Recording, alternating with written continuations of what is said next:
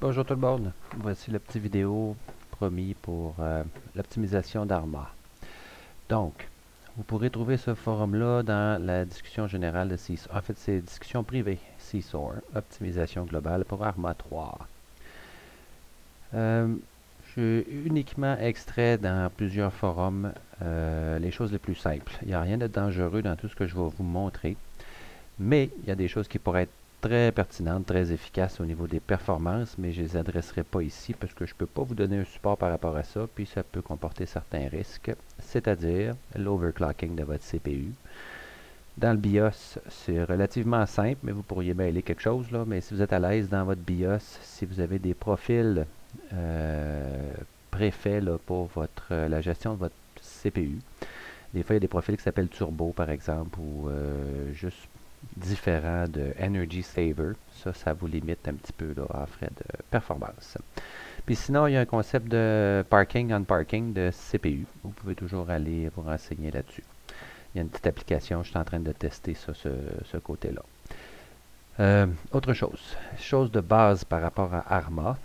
Installer Arma sur un SSD, c'est un Solid State Drive. C'est un très grand gain au niveau du load time. Puis il y a plusieurs, en fait, les opérations, il y a trois grandes opérations principales dans Arma. Et ces trois opérations-là sont liées à des lectures au disque dur. Donc c'est très significatif d'optimiser l'installation de son jeu sur un SSD. J'ai mis M2 entre parenthèses, ça c'est les nouvelles versions là, de SSD, 15 fois plus rapide. Sinon, on garde ses pilotes à jour, c'est une bonne affaire. Pas trop de mods, ça il est déjà trop tard. Garder la partition propre, c'est si c'est nécessaire. Désactiver antivirus. Il faut quand même que je vous fasse une petite mise en garde, faire attention aux méchants virus. C'est sûr que si vous êtes sur le... On endosse quand même le serveur CSOR. Faites-vous-en pas là-dessus, il n'y aura pas de virus comme tel. Mais si vous oubliez de le remettre et vous allez jouer en ligne, on ne peut pas rien garantir. Autre chose, fermez toutes les applications inutiles. Si vous avez beaucoup de choses installées ou si vous regardez dans le bas de votre écran ici, puis vous avez 48 choses qui roulent en background, ça peut valoir la peine d'en fermer quelques-uns. C'est toutes des choses qui demandent qui enlèvent des performances pour votre machine. Ensuite, dans Steam, vous pouvez stopper les téléchargements ou ouais, c'est ça, les téléchargements pendant que vous jouez à un jeu. Vous pourrez trouver ça dans les paramètres spécifiques d'un jeu vidéo ou de façon globale pour tous les jeux vidéo. Ça, c'est des petites recommandations de base. On enchaîne pour l'optimisation réelle de vos paramètres. On va commencer par le CPU. Quand vous aurez démarré Arma, vous pouvez revenir sur Windows avec Alt-Tab et accéder à votre gestionnaire des tâches. En fait, plus précisément, ce qui nous intéresse, c'est les processus comme tels. Les tâches, vous allez voir une application Arma qui roule, mais vous avez besoin de voir le processus Arma 3 64.exe. C'est dans les processus, si vous êtes sur Windows 7, que vous allez le trouver. Sinon, Windows 10, c'est l'image qui est représentée ici. Il faut aller dans le détail pour avoir accès à ce que je veux vous montrer. Par défaut, quand vous allez lancer votre jeu, vous allez une propriété qui va être une priorité, c'est-à-dire pour cette application-là, qui va être à normal. On peut augmenter cette priorité-là pour qu'il réserve davantage de performance pour Arma. Alors, c'est simplement de faire un clic droit dessus, définir la priorité et on la met à haute. Une mise en garde pour le temps réel. Allez pas jusque-là parce que ça peut instabiliser votre machine. Si Arma a de la misère un petit peu, votre machine n'a plus vraiment de moyens pour rester stable. Si jamais Arma plante, vous plantez tout. Probablement un reboot qui va s'imposer rendu là. Donc, ma recommandation, c'est de définir la priorité à haute. Ça, c'est une opération que vous allez devoir faire à chaque fois. Ça ne reste pas ainsi. Y a-t-il une manière? Peut-être. Je ne la connais pas, je ne l'ai pas investiguée. Alors, à chaque fois que vous partez votre jeu, si vous prenez le temps de revenir sur Windows, faire cette petite priorité-là, ça peut vous avantager. Même Steam est plus prioritaire que le jeu dans lequel vous êtes en train de jouer. Fait que ça vaut la peine de venir le monter un petit peu. Autrement, par en arrière, si on reste toujours à l'extérieur du jeu, il y a un petit fichier de configuration qui s'appelle arma3.cfg pour config. On le retrouve à cet endroit-là. L'ouvrir ici. Donc, le chemin que je vous ai mis, c'est le C user proprio document. Proprio, c'est moi ça. Vous autres, vous avez un user qui a votre nom à vous, probablement, votre nom de session. C'est proprio. Ah, je ne le vois même pas ici. En tout cas, c'est le nom de votre session, votre usager de session Windows.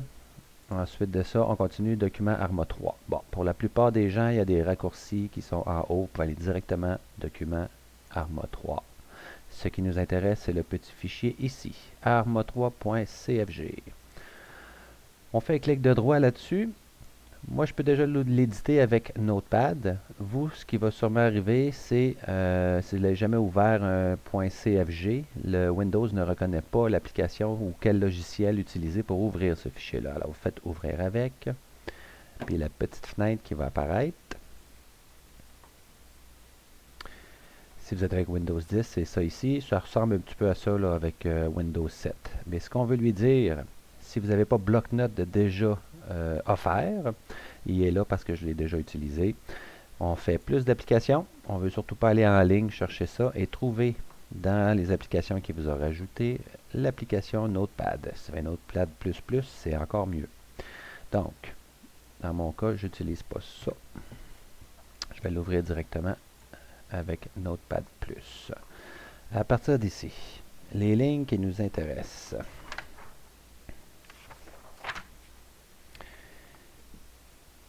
Alright, la première, le GPU Max Frame Ahead.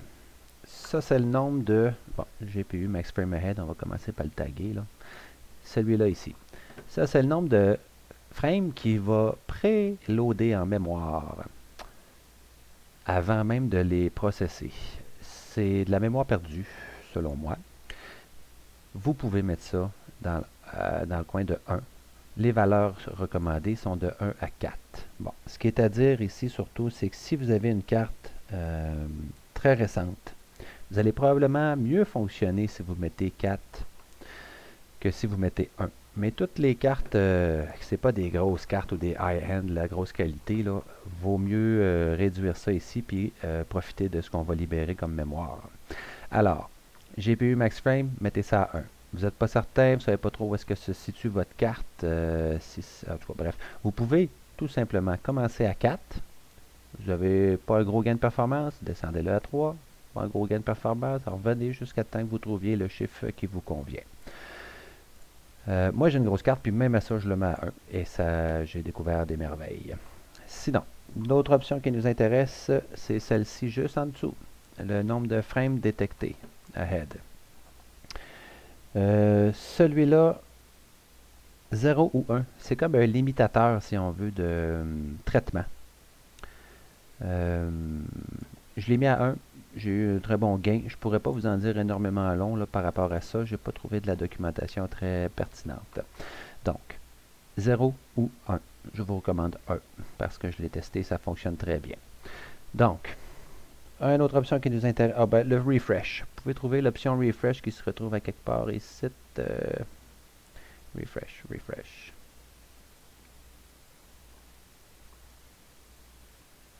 Ici. Bon. 60, c'est ma valeur par défaut. Vous pouvez, si vous voulez, améliorer un petit peu la qualité de votre écran, mettre ça à 120, c'est sans danger. Si votre ordi n'est pas capable de le digérer, il va le remettre à 60 par lui-même. Et finalement, c'est une option qu'on peut faire ici, mais que je vais aborder un petit peu plus tard dans les settings vidéo, quand on sera rendu dans Arma. Mais ici, c'est un énorme gain que vous pouvez gagner en mettant votre V-Sync à 0. Là où ça peut créer des problèmes, c'est ceux qui jouent avec des téléviseurs au lieu d'un moniteur d'ordinateur. Vous allez peut-être expérimenter des déchirures d'image. Ce que ça fait, en fait, c'est que ça synchronise la pixel verticale par rapport à votre taux de rafraîchissement. Bref, ça remet l'image si jamais il y a un décalage dans son affichage. Il va s'assurer de synchroniser le bon nombre de lignes verticales par rapport aux lignes horizontales qui ont été affichées jusqu'à maintenant. Donc, si vous mettez ça à 0, c'est ma grosse recommandation. Moi, j'ai gagné quasiment entre 15 et 20 FPS juste avec ça à off. Mais si vous expérimentez des déchirures d'image, des artefacts, des choses qui apparaissent de façon régulière, venez remettre ça à 1. Et tant pis pour vous, vous ne pourrez pas gagner performance de ce côté-là. Mais comme je vous dis, c'est probablement juste les personnes qui jouent avec un écran de télévision sur leur ordinateur, avec qui ça pourrait créer des problèmes. Donc, une fois qu'on a fait ces changements-là, on enregistre, on fait un save. Bon, j'ai rien changé, j'ai rien à saver. On peut fermer ce fichier-là. On passe à la prochaine option. Configuration du GPU. OK. J'ai trouvé de la doc concernant NVIDIA, puis j'ai pu la tester parce que c'est ce que j'ai. Ceux qui ont AMD ou ATI, désolé, j'ai rien pour vous autres. Sauf que les noms que je vais nommer, c'est-à-dire c'est des noms usuels en fait qui sont utilisés probablement par vos cartes vidéo aussi. Alors si vous avez une interface pour jouer dans ces paramètres-là, une interface, un panneau de configuration pour votre carte vidéo, que vous soyez ATI, AMD, vous avez peut-être des chances de trouver quand même ces mêmes paramètres-là et de les setter aux mêmes valeurs que je vais suggérer. Mais dans tous les cas, je vais procéder à travers NVIDIA. Donc, comment accéder à NVIDIA pour ceux qui ont ces cartes-là? Vous avez très probablement le petit logiciel de mise à jour qui se trouve près de l'heure dans vos petits icônes Icon Tray. Vous ouvrez ça et ce qui nous intéresse, c'est ouvrir le panneau de configuration NVIDIA. Alors, on l'ouvre.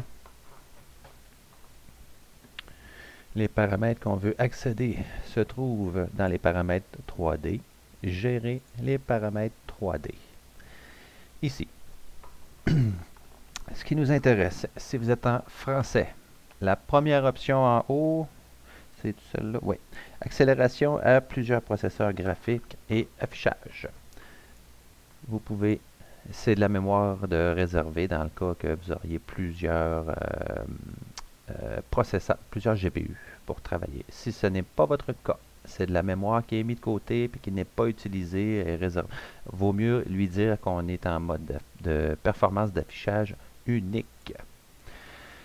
Ça va vous libérer encore une fois des performances disponibles. Autre option, je vais le dire en anglais. Ceux qui ont l'affichage en anglais, c'est vous cherchez l'option Multi-Display Mixed GPU Acceleration. Et la réponse que vous cherchez dans ce petit menu, c'est Single Display Performance.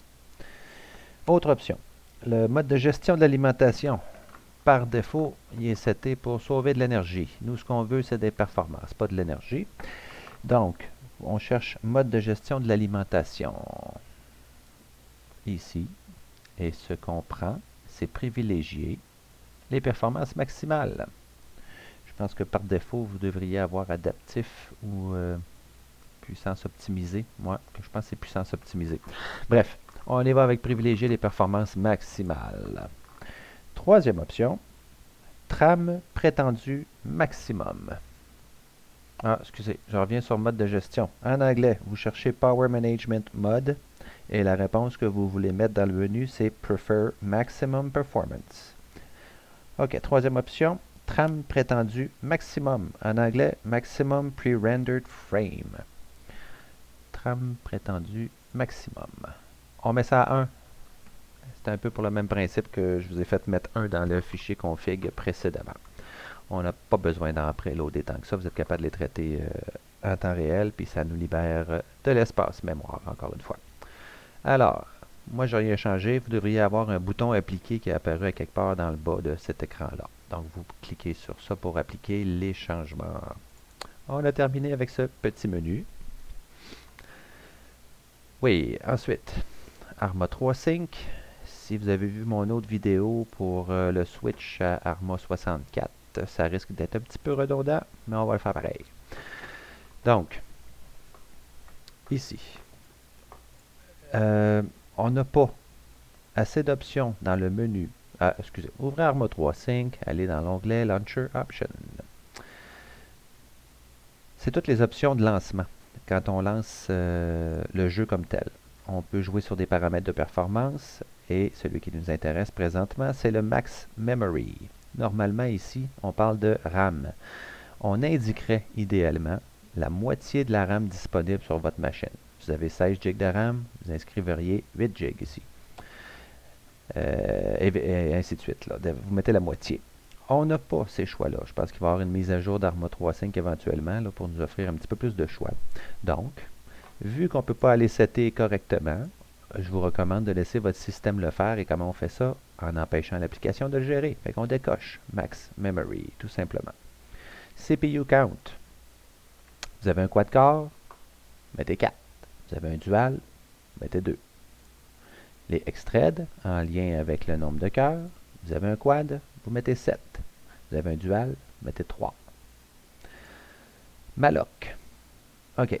Là, la Malloc, il y a des Malloc spécialisés. Il y en a une aussi custom qui est en train de se faire écrire et testée par quelques communautés de jeux, écrit par Laro, une sommité en programmation ARMA. Je la garde à l'œil. Pour l'instant, je n'ai pas envie qu'on sert de testeur puis qu'on se ramasse avec plein de bugs ou qu'on ait besoin de tenir à jour tout ça. Un registre de bugs pour faire corriger. Bref, on va laisser, il y a déjà quelques personnes qui s'occupent de ça. Et si ça donne des bons résultats, on reviendra sur la question. Pour l'instant, je vous recommande, depuis qu'on a switché au 64 bits, de laisser votre système déterminer ce qui est le meilleur, donc décocher la Malloc. Sauf si vous aviez une préférence, vous avez testé, puis vous aviez déterminé une Malloc qui était hyper efficace pour vous autres, ben au moins, si vous la laissez cocher, donnez-vous au moins la peine de venir chercher la nouvelle version qui est X64 de la Malloc que vous utilisiez. Si vous n'avez pas la version 64, je vous recommande fortement de décocher. Voilà, ça fait pas mal le tour pour Arma 3.5. Si bien sûr vous avez linké votre Arma 64 ici. Nos splash, c'est juste pour éviter qu'il nous fasse, qu'il affiche des écrans semi-publicitaires pendant le launch du jeu comme tel. Alright, ça wrap pas mal pour Arma 3.5. Qu'est-ce qu'il nous reste à faire? C'est dans le jeu. On y va. OK. Une fois rendu dans le jeu, on s'en va dans nos contrôles vidéo. Il y a deux onglets qui vont nous intéresser. L'onglet général et l'onglet anti-aliasing puis le post-process. Je mens. Dans Display, c'est ça ici que je vous parlais, le V-Sync qu'on avait dans le fichier précédemment, il était aussi ici. Vu que j'ai mis 0, automatiquement il tombe Disable. Et vice-versa, si vous mettez Disable ici, il va tomber 0 dans le fichier. Enable, ça devient un 1 à ce moment-là dans votre fichier. Bon, on y va. Donc, option graphique générale. OK, non, je vais y aller, je vais descendre simplement un après l'autre. Il y a des zones beaucoup plus sensibles par rapport aux performances que d'autres, mais on va faire le tour de toutes les options, grosso modo. Prendre mes petites notes pas trop loin. OK, le sampling. Le sampling, là, franchement, à moins d'être extrêmement difficile dans la vie, je vous recommande rien d'autre que 100%. Vous allez faire travailler davantage votre carte si vous réduisez le ratio par le bas. Pensez pas que ça va l'aider. Ça risque de ne pas l'aider. Il faut qu'il fasse des calculs supplémentaires. Et même chose pour si vous mettez un sampling de supplémentaire. Ça veut dire qu'il calcule tous vos pixels au prorata qui est inscrit ici. Si vous mettez 200%, il calcule le double de pixels que vous avez dans votre image pour être capable de vous la wrapper dans votre résolution native. Bref, laissez ça à 100%. Texture. Ici, là, cette texture-là a très peu d'effet sur les FPS, fait que je vous recommande quelque chose d'élevé. Je pense pas que votre machine s'en ressente tant que ça. Même chose pour les objets.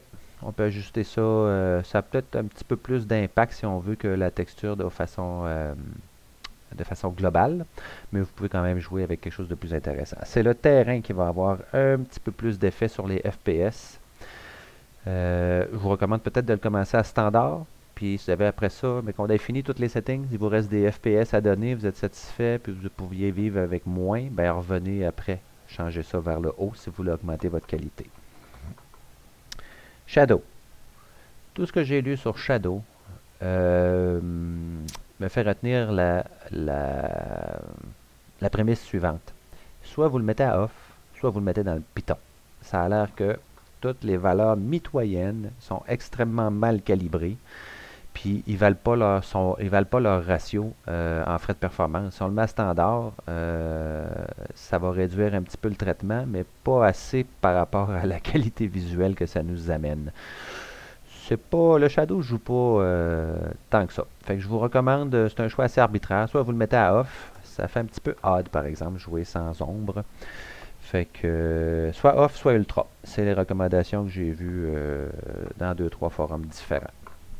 Les particules. Quasiment pas d'effet sur les FPS. Mettez ça le plus élevé possible. Les clouds, bon, il y a plusieurs philosophies là-dessus, mais grosso modo, c'est un petit peu inutile.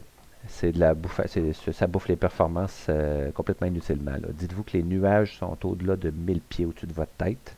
La qualité de la watt est vraiment pas importante. Puis de toute façon, votre focus devrait se passer au niveau du terrain, sur le plancher des vaches. Fait que mettez ça à l'eau, c'est complètement inutile d'augmenter ça. Puis franchement, là, même en tant que pilote, je n'ai pas vu beaucoup de différence.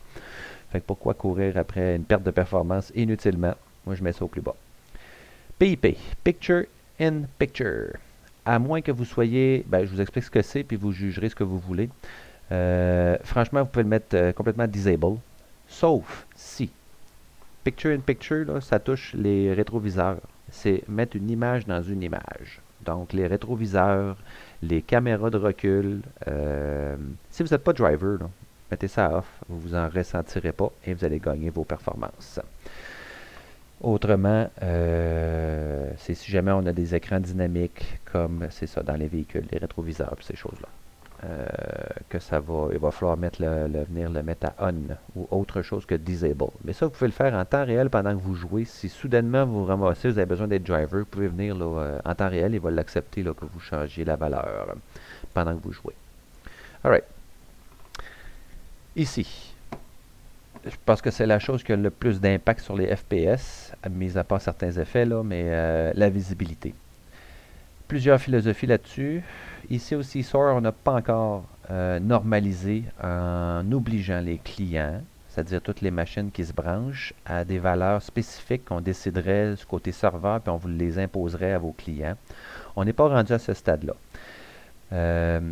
Mais il y a des serveurs, là, si vous jouez multiplayer, là, il y a des serveurs, habituellement c'est géré ça, par le serveur, puis c'est limité pour être sûr que quelqu'un ne fasse pas laguer par parce que lui, il veut des super grosses et des effets visuels de la mort, mais il lag. Lui, ça ne le dérange pas, mais il fait laguer d'autres mondes sur le même serveur.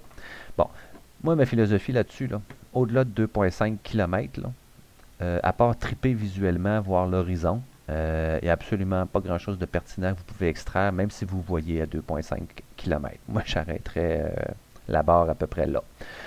Pour ce qui est des objets, au-delà d'un kilomètre, là, franchement, perdre des performances pour une canne de conserve sur une table de pique-nique que vous voulez voir à 1 km, que je ne suis même pas sûr que vous voyez, je trouve que c'est vraiment une perte de performance inutile. Fait que je vous la recommande dans le coin de 1000. Moi, je pense que c'est un ratio très raisonnable là, de 2500 de vue overall, puis au niveau des objets à 1000. Le Shadow 50, vous pouvez mettre ça à 100, c'est vous, c'est vraiment la distance. Ça a un impact, bien sûr. À vous de gérer la distance qui vous convient. OK. On arrive dans quelque chose d'un petit peu mémorivore. En tout cas, non. Qui a beaucoup d'impact sur les performances, le Lightning. Le HDR, c'est bien le fun. Ça rend les choses pas mal plus cute au niveau de le Dynamic Range Lightning Quality. Donc, la qualité de la lumière, finalement, sur vos objets. C'est le fun le HDR, ça amène beaucoup de réalisme, mais dites-vous que c'est directement au dépend de vos performances. Ajustez ça de façon très... appliquez-vous pour changer ça, parce que vous allez voir des changements radicaux sur vos performances. J'ai tout mis ça standard, à vous de voir qu'est-ce que ça vous intéresse. Puis franchement, le Water Reflection, là, on parle de la réflexion, pas de la qualité de l'eau. On parle de la qualité de réflexion de l'eau. Ça peut être extrêmement exigeant si on part du bateau, si on part du BAM pour faire une mission. Là, vous pourriez laguer sur l'eau, ce qui est un peu plate entre vous et moi. Alright, on s'en va dans l'anti-alias puis le post-process. Tout ça ici sont des effets qui sont un petit peu décommandés au niveau multiplayer. C'est à cause de la synchronisation, le phénomène de sync. Je vais vous les expliquer vite. À vous de voir dans quel état vous voulez les mettre. Pour ce qui est du bloom, c'est la brillance des objets quand ils sont frappés par des rayons lumineux. Si vous avez des performances à donner, je vous recommande de le mettre. Là, je pense que vous êtes à 100 par défaut partout. Franchement, j'ai essayé ça à 0 un peu partout, puis je m'en ressentais pas tant que ça au niveau visuel. Mais j'étais très heureux des performances gagnées. Alors, voici le profil que je vous recommande. Le bloom, je viens de vous le dire. Radial Blur, c'est l'effet de flou lié à votre champ de vision. Ce qui n'est pas en focus. Il va mettre un petit blur là-dessus. Ensuite, donc encore une fois, recommandé à 0 là, dans le multiplayer. Le Rotation Blur. Qu'est-ce que j'ai écrit? Ouais, même chose que Radial Blur. Mais ça, c'est quand vous tournez la tête, autrement dit. Ça va blurrer un petit peu les affaires. Le Depth of Field, c'est un petit peu du réaliste, là, j'en conviens. Quand on zoome, ou c'est déplacements rapides en véhicule ou des choses comme ça. Mais c'est extrêmement exigeant pour... lui, je les ai mis à off parce que je voyais trop une différence marquée en temps réel directement sur les performances. Puis ces deux derniers-là, Depth of Field, Sharpen Filter, sont vraiment décommandés pour le multiplayer. Il y a beaucoup de serveurs qui vont vous les mettre à off sans vous le dire. Anyway. Sharpen Filter, j'ai-tu une note pertinente? Non, je vais marquer la même chose que Depth of Field. Alright. OK. Ici, Ambient Occlusion. Là, on tombe dans quelque chose d'assez pertinent au niveau des performances. Qu'est-ce qu'on a là-dedans? OK. Ouais, c'est vrai. Je me souviens plus exactement lesquels sont les plus pertinents. Ou en tout cas, lesquels sont... C'est quoi la différence entre HD et HB? Ce que je vous recommande à ce moment-là, c'est de rester dans... Si vous aviez HBAO au départ, ajustez vos valeurs en fonction du HBAO. Si c'était HDAO que vous aviez par défaut, parce que c'est ce que votre système a mis à la base, restez là-dedans, puis choisissez à ce moment-là vos standards. J'ai malheureusement pas beaucoup d'informations, j'ai pas trouvé beaucoup d'infos là-dessus. Cependant, censé peut varier beaucoup d'une machine à l'autre, l'ajustement convenable. Ouais, c'est ça. C'est très pertinent au niveau des gains, fait qu'allez-y, ça touche les FPS beaucoup. Allez-y doucement. Sauf que, j'avais une petite note là-dessus, les cartes qui gèrent très bien le DirectX 11, des cartes de luxe là, plus récentes, devraient très très bien gérer des highs sans problème, sans s'en ressentir trop. Le caustique, il me semble qu'il est en lien, ouais c'est ça, même chose que le AO. Reflected light ray could be visual at the seabed. Ouais, ok. C'est une option réaliste supplémentaire pour les refracted light. La direction que prend la réflexion. C'est peut-être des calculs inutiles entre vous et moi. Est-ce que ça apporte vraiment un réalisme? Je le recommande. Disable. Ensuite, on tombe dans une chose extrêmement exigeante. Si vous avez plus que deux, là, assurez-vous d'avoir une Christie de bonne carte. Mais si vous cherchez des FPS, c'est ici que ça se passe, c'est dans l'anti-aliasing. À 0, ça peut être un petit peu laid de voir toutes les lignes diagonales un petit peu en escalier, là. Mais à 2x, moi personnellement, je joue avec 2x, puis je vois pas beaucoup, je n'ai pas beaucoup de désagréments visuels à cause de ça. Un jeu vidéo reste un jeu vidéo, là. Je m'attends pas à voir de la photo. Puis quand il s'agit de performance, moi je suis assez puriste là-dessus. Je préfère de loin la performance par rapport à la beauté. Alors je vous recommande 2 et moins. 2x et moins. Mais bon, c'est à vous de choisir. Là. Vous avez une grosse machine, vous pouvez y aller dans le Python.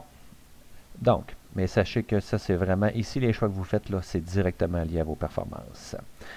Le ATOC, ça c'est l'anti-aliasing en occlusion, mais je pense que c'est par rapport au... c'est de l'anti-aliasing pour les textures qui sont transparentes. Fait qu'au lieu de faire de l'anti-aliasing sur le canevas de l'image, il le fait vraiment sur les pixels. On prend comme exemple une feuille. L'image de la feuille, son canevas, il est carré, mais il est transparent. Fait que ce que vous voyez, c'est une belle feuille ovale. Ben, cet anti-aliasing-là, il va détecter la feuille à l'intérieur du carré, puis il va aller jouer sur les diagonales qu'il y a là-dedans pour vous mettre ça plus cute. C'est extrêmement exigeant. Pensez à toutes les situations où ça agit, là, les arbres, puis le gazon. Vous n'avez là, toujours autour de vous, dépendamment des cartes, là, c'est sûr, mais si on prend une carte comme Tanoa, peut-être le limiter seulement au gazon. Bon, moi j'avais des performances à donner, il m'en restait de libre, fait que là je l'ai mis à All Trees and Grass, mais vous pouvez gagner des performances en réduisant ça ici un petit peu. Ensuite, je ne suis même pas sûr que vous allez voir vraiment une perte de beauté si marquée que ça de toute façon. Ensuite, PPAA, c'est le Post-Process Anti-Aliasing. C'est moins exigeant pour la machine.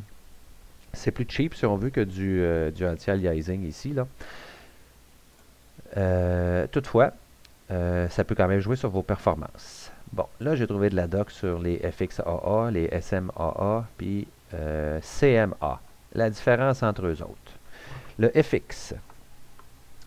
Le FX, c'est le moins exigeant de la gang en performance, mais vous allez être un petit peu plus flou.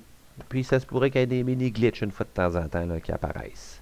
Moi, je trouve que le FX, même dans le Very High, euh, donne un effet un petit peu plus cartoon. C'est moins net, là. C'est surtout, je parle des arêtes, là. Quand on parle de flou, là, on parle des contours de chaque objet, là. Les arêtes sont un petit peu plus floues. En revanche, donc, ben, vous pouvez quand même jouer avec une qualité là, de standard jusqu'à ultra. Le SMAA, ça, c'est le plus exigeant. Fait que si vous avez de la performance à donner, c'est le plus exigeant au niveau performance, mais c'est aussi lui qui amène le meilleur effet visuel. Le flou que je vous parlais sur les arêtes, il est pas mal plus net avec le SMAA. Et finalement, on a l'hybride de ces choix-là, qui est le juste milieu entre SM et FX, et c'est le CMAA. Donc, vous allez peut-être voir, c'est comme c'est ça. Au niveau visuel, c'est un juste milieu dans les deux propriétés que je vous ai données au niveau du flou puis le net. Peut avoir des petits glitches aussi.